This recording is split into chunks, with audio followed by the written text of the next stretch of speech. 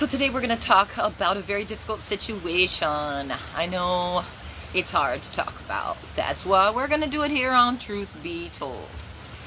Let's call these people out, okay? So we've been through some abuse, right? I have. You're here probably because you have.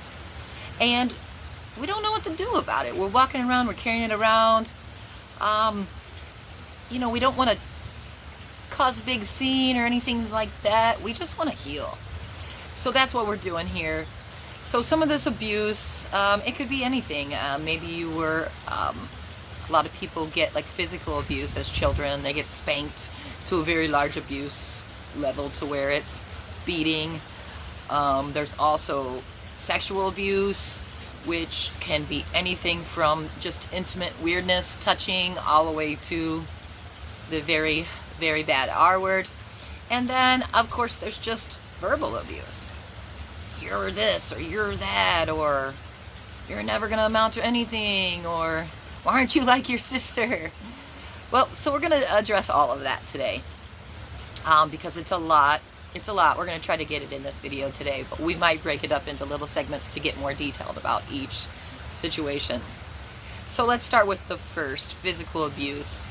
At some point, we start to get bigger than our abuser, don't we? And then that gets a little weird. So sometimes that'll make it stop. But if we're still young, if you're still young, you need to go out and tell someone. Try to tell somebody that's outside of the family, because a lot of times family members will not want to be the whistleblower. They might care about that person too much and not know how to deal with it. So sometimes it's better to go tell a stranger, like a school counselor. Maybe you talk to a therapist already, or just maybe an outside friend that's going to give you more input and actually listen to you and believe you. Not to say that your family members won't. If you do have somebody you're close to, try it.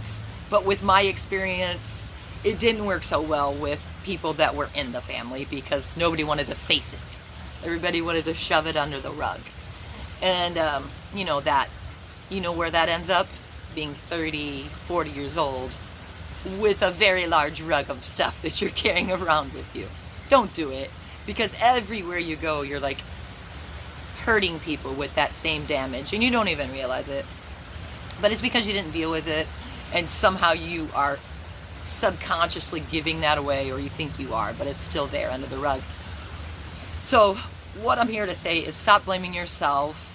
A lot of times maybe you did something wrong, maybe you didn't close the gate, or you didn't come home on time, or whatever the reason was that you got spanked or beaten.